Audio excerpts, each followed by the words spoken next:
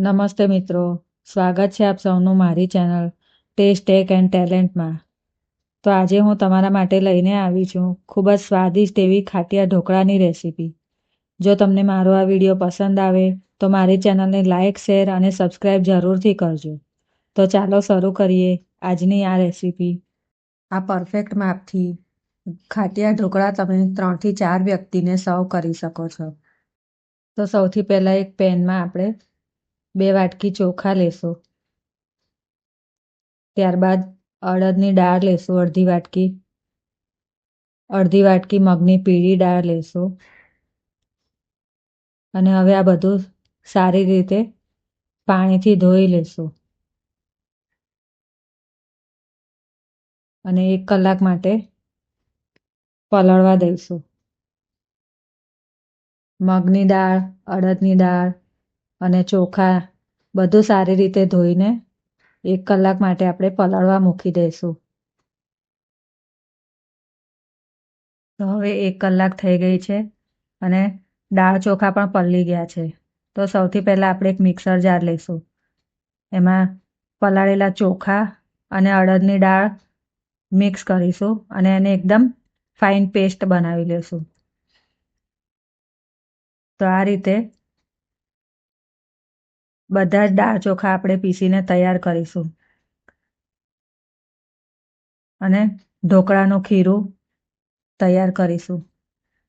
ત્યારબાદ એમાં આપણે 2 ચમચા જેટલો ચણાનો લોટ, સૂકી મેથીના દાણા, હળદર, સ્વાદ પ્રમાણે મીઠું અને મગની દાળ પલાળી હતી એ પણ એમાં મિક્સ કરીશું.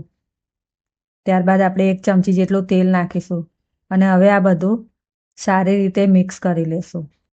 ત્યારબાદ આપણે એમાં 1 ચમચી જેટલું લસણ અને લીલા મરચાંની પેસ્ટ ઉમેરીશું અને 1 ચમચી ધાણા ભાજી ઉમેરીશું. અને હવે આ બધું સારી રીતે મિક્સ કરીને આપણે એને ઢાંકણ ઢાંકીને અડધી કલાક માટે રેસ્ટ આપીશું. તો સૌથી પહેલાં ગેસ ઉપર એક લોયામાં ગરમ પાણી મૂકીશું. ત્યારબાદ એક વાટકીમાં 1 ચમચી પાણી અને અડધી ચમચી સોડા ઉમેરીશું અને એને સારી રીતે મિક્સ કરી લેશું. તમે સોડાની બદલે ઈનો પણ યુઝ કરી શકો છો અને સોડાને આપણે બેટરમાં ઉમેરીને સારી રીતે મિક્સ કરી લઈશું. એક થાળી લેશું અને એમાં 1 ચમચી તેલ નાખીશું અને તેલને થાળીમાં આપણે લગાવી લેશું અને હવે એ થાળી લોયામાં મૂકીશું અને જે બેટર તૈયાર કરીને રાખ્યું હતું એ ઉમેરીશું.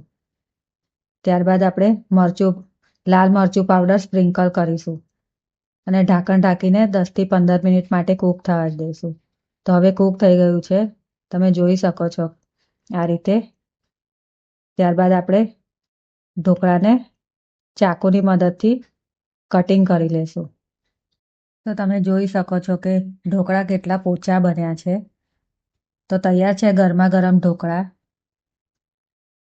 જેને તમે લસણની ચટણી અને સિંગતેલ સાથે ખાઈ શકો છો. તો તમે પણ જરૂરથી ટ્રાય કરજો આ રેસીપી અને મને કોમેન્ટમાં જરૂરથી જણાવજો કે તમને આ રેસીપી કેવી લાગી. આ ઢોકળા ખાવામાં પણ ખૂબ જ સ્વાદિષ્ટ લાગે છે અને તમે આ ઢોકળા ટ્રાવેલિંગમાં, પિકનિકમાં અને ઘરે કોઈ મહેમાન આવ્યા હોય ત્યારે પણ નાસ્તામાં તમે આ ઢોકળા બનાવી શકો છો. તો તૈયાર છે સ્વાદિષ્ટ એવા ખાટિયા ઢોકળા.